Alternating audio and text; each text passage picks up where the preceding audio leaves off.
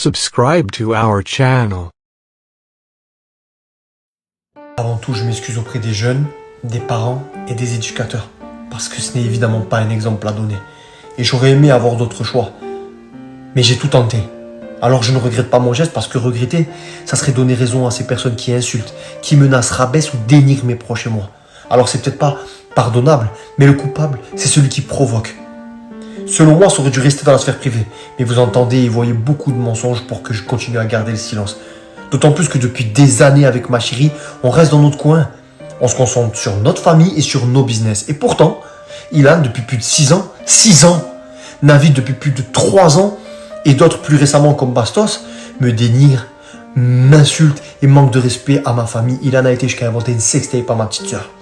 Bastos humilie et insulte ma femme. Navid ramène un mec en cagoule et me menace. Et moi je ramasse ma femme à la petite cuillère.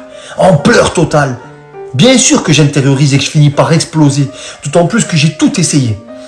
Porter plainte, je l'ai fait. Ne pas calculer, on l'a fait. Parler avec eux en privé, on a essayé. Se défendre sur les réseaux. Il n'y a rien qui change depuis des années. Alors quand Ilan m'envoie une adresse et une heure, j'accepte son invitation. Je pense qu'ils prenaient ça pour un jeu. Le souci, c'est que depuis le début, j'ai été très clair. J'ai refusé leurs événements et je ne veux pas être associé à leur organisation. Je lui ai expliqué que de là où je viens, dans mon monde, on ne règle pas ses problèmes sur un tapis. Mais ça aussi, je ne pense pas qu'il l'avait compris. Le souci, c'est que beaucoup d'entre vous en ont marre de ces types qui, tous les jours, rabaissent et humilient les autres.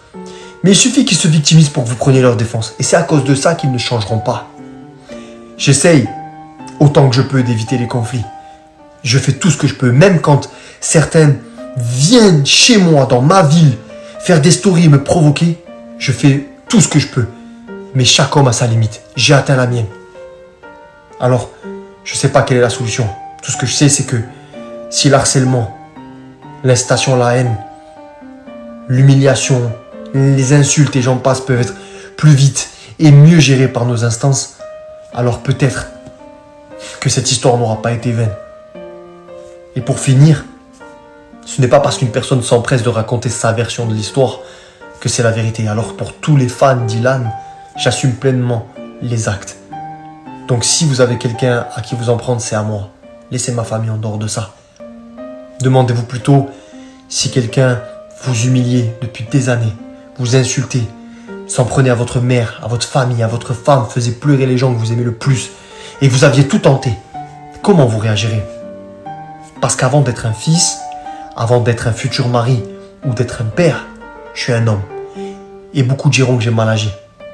Mais j'ai agi.